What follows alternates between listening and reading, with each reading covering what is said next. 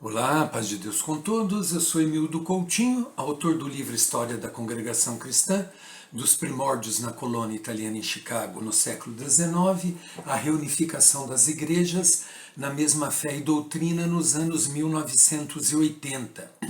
Dessa vez eu estou aqui para falar sobre uma fala do irmão Cláudio Marsola, que há muito tempo me enviaram, e é o 29º culto.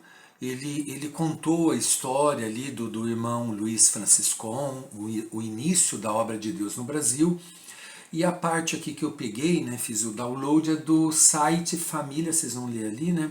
Família CCB Cânticos e Louvores. Me enviaram há muito tempo esse vídeo, né, e me perguntaram assim, se era o meu livro que ele se referiu. Eu vou colocar aqui a parte, somente a do livro, né, que ele se refere ao livro, e um pedacinho ali da fala que na morte, né, quando Deus recolheu o irmão Franciscon.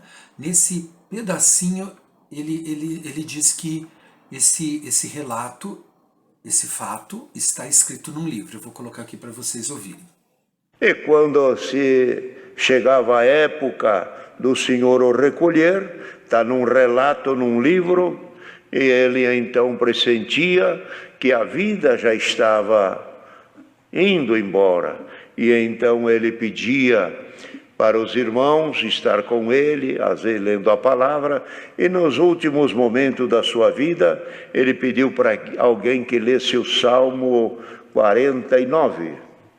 E lá no verso final diz, quando lia este salmo, no 49, nos últimos versos, está lá escrito, porque este Deus é o nosso Deus, o nosso guia e o nosso fiel, guarda fiel até a morte. Então, olha, eu ouso dizer que provavelmente é o meu livro, eu digo aqui, na página, né, não vou falar página porque depende da edição, né, que a pessoa tem. Em 7 de setembro de 1964, Luiz Franciscon falece, dormindo no Senhor com a esperança da vida eterna. Estava com 98 anos e 6 meses de idade. Havia exercido seu ministério por cerca de 60 anos. Havia pedido para que o dinheiro que seria gasto com flores em seu funeral fosse doado à Sociedade Bíblica Americana para distribuição de Bíblias para não crentes.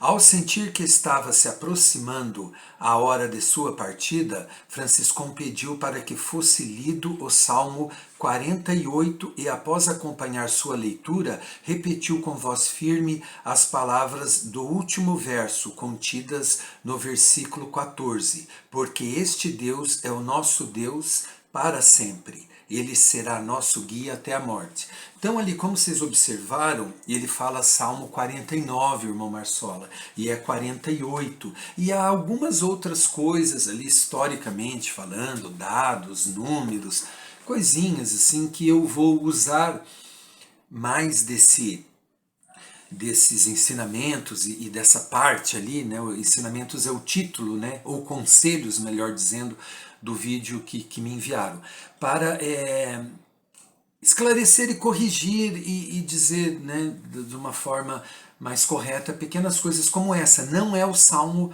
49 e sim o 48. E o objetivo é sempre instruir, né? Instruir os irmãos, aqueles que têm interesse na história da congregação cristã, para que os fatos sejam mais assim precisos, né? O mais preciso possíveis.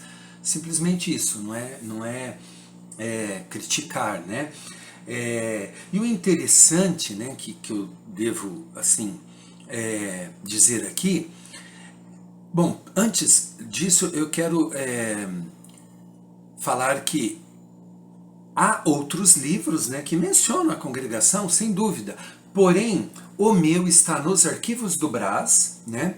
e não distorce a história. Então há livros que no final diz que Franciscon rompeu com a congregação, que ele não era da congregação, que ele era interdenominacional, que a congregação mudou o que ele disse, sabe, coisas do gênero. Então dificilmente ele ia mencionar um livro desse, por mais que trouxesse esse fato aqui, notoriamente conhecido. Não vou negar que esse dado está em outros livros também. Porém, o meu, além de estar nos arquivos, tanto a história da congregação cristã como o esclarecimento dos novos atos, a história de uma pesquisa inquietante, que é sobre a pesquisa para escrever o relato.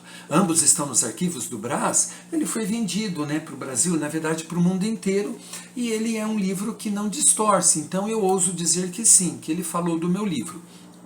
E o interessante também é que, você vê, o presidente do conselho e falou, está escrito num livro. Por que eu digo isso? Porque quando eu lancei meu livro, eu fui muito atacado por membros da congregação cristã, no sentido assim, está ganhando, fazendo comércio com a palavra de Deus. Não, é o meu trabalho intelectual, eu sou jornalista, escritor, educador, e é anos de dedicação que não cobriu. Gente, sinceramente, o que eu ganhei não cobriu tudo o que eu gastei nesse livro. Morei 5 anos nos Estados Unidos, contato com várias nações, é muito gasto para escrever esse livro de 500 páginas, né? Esse aqui ele é menos, 317, e é sobre a história, enfim, coisas que não convinha falar aqui, coisa mais pessoal, subjetiva, eu narro nesse livro. Então, assim, na hora que eu vi isso, eu falei, o presidente do conselho, falando do meu livro, que viu num livro, e pessoas ali me atacando por eu estar resgatando a história. Aí eu pensei, se fosse de graça ia aceitar? Não sei, porque tem gente que nem de graça, eles falam que não devia, que a história é a Bíblia, e isso e aquilo, confundindo a Bíblia, a palavra de Deus, com um relato histórico sobre a nossa história. Mas enfim, o que eu fiz para evitar isso? Eu saí dos grupos do Face, tanto da minha conta pessoal no Face, quanto da fanpage do livro, me retirei, porque eu estava cansado de pessoas assim. E tem a ver com os vídeos que eu venho gravando. Eu estou tentando postar um por dia, no sentido assim, vamos acabar com a ignorância em nosso meio.